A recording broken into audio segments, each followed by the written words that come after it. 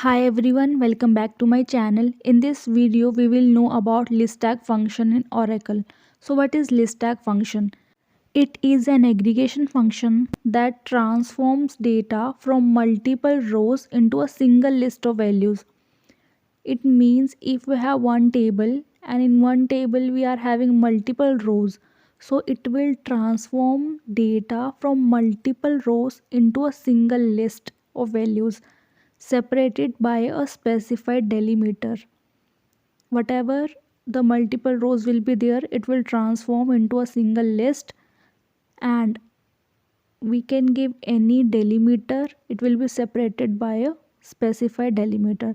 So this is a syntax of list tag function. Select list tag. In bracket we have to give the column in which we want to apply the list tag function. After that you can give any delimiter within group order by clause. Listagg is an ordered set function which require within group clause to specify an order. It will sort in ascending or descending order based on whatever order we are giving from table name.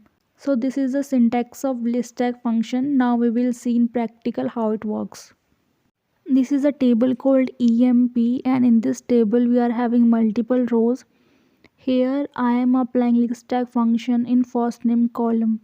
Select Listagg in bracket first name, and I am using the delimiter comma over here within group order by first name, so it will sort in ascending order by the first name from EMP table.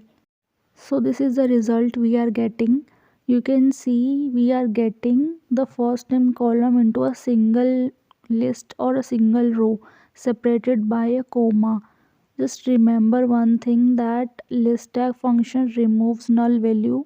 Null value will not be there, and you can see the names. It is in the ascending order. So it is showing the names in ascending order, and it is showing in a single list or in a single row.